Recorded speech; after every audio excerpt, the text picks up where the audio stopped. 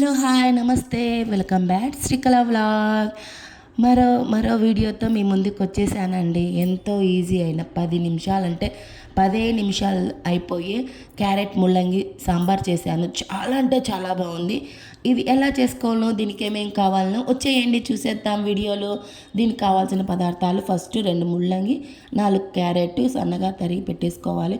And 1 cup కందిపప్పు పెట్టేసుకున్నాను.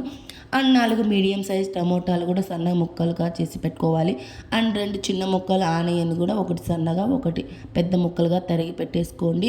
And 1 spoon ధనియాల పొడి, 1 స్పూన్ కారం పొడి, కొద్దిగా పసుపు, అండ్ పోపు దినుసులు, కొత్తిమీర, 1 స్పూన్ అల్లం వెల్లుల్లి పేస్టు, 1 స్పూన్ చింతపండు, ఇవన్నీ రెడీ చేసి పెట్టుకోవాలి. తగినంత ఆయిల్ అండి.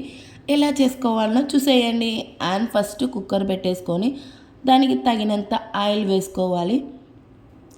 ఆయిల్ హీట్ అయ్యేంత వరకు వెయిట్ చేసుకొని, ఆయిల్ హీట్ అయితేనే ఈ పోపు దినుసులు అండి. ఈ పోపు దినుసులో ఫస్ట్ మెయిన్గా మెంతులు కంపల్సరీ ఉండాలి. అండ్ సన్నగా తరిగి పెట్టుకున్న ఆనియన్ కూడా వేసేసుకొని అవి బాగా మగ్గిచ్చేసుకోవాలి. అండ్ టమోటా ముక్కలు కూడా మనం సన్నగా తరిగి పెట్టుకున్నాం కదా, అవి కూడా వేసేసుకొని అవి కూడా ఒక 2 మినిట్స్ మగ్గించిన తర్వాత 1 స్పూన్ అల్లం వెల్లుల్లి పేస్ట్ కూడా వేసేసుకొని అది కూడా బాగా పచ్చివాసన పోయేంత వరకు వేగించుకోవాలి. అండ్ మనం 1 స్పూన్ ధనియాల పొడి, 1 స్పూన్ కారము, తగినంత పసుపు. దీంట్లో ఎక్కువ ఏం మసాలాలు కూడా అవసరం లేదండి. సాంబార్ పొడి కూడా అవసరం లేదు. ఈ 2 ఉంటే చాలు. చాలా అంటే చాలా రుచిగా ఉంటుంది. పిల్లల దగ్గర నుంచి పెద్దవాళ్ళ వరకు అందరు తింటారు. చాలా రుచిగా ఉంటుంది. అండ్ అవి వేగిన తర్వాత ఈ క్యారెట్ ముల్లంగి ఇవి కూడా వేసేసుకోవాలి. అవన్నీ వేసుకొని ఒక 5 మినిట్స్ తిప్పేసుకొని మగ్గించుకోవాలి 5 మినిట్స్. అండ్ మనము పెద్ద ముక్కలుగా ఆనియన్స్ కూడా తరిగి పెట్టుకున్నాం కదా, ఇప్పుడు అవి కూడా వేసేసుకోవాలి. అవి కూడా వేసుకున్న తర్వాత ఒక 2 మినిట్స్ ఉంచుకొని మనము కందిపప్పు పెట్టుకున్నాం కదా 1 కప్పు, ఆ మిశ్రమాన్ని కూడా వేసేసుకోవాలి.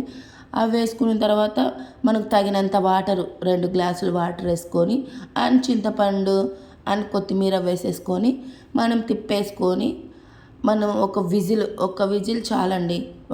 అండ్ మెయిన్ ఉప్పు మర్చిపోయానండి. ఇన్ని వేసినా కూడా ఉప్పు లేకుంటే బాగుండే కదా, ఉప్పు కూడా వేసేసుకొని ఇప్పుడు జస్ట్ అట్లా తిప్పేసుకొని 1 విజిల్ పెట్టేసి దించేసారంటే ఎంతో రుచి అయినా ఎన్ని విందు భోజనం ఉన్నా కూడా ఈ సాంబార్ లేకుంటే ఫుల్ఫిల్ కాదు, అంత రుచిగా ఉంటుంది. నా వీడియో నచ్చినట్లయితే thank you so much. Thank you for watching. Please subscribe my channel.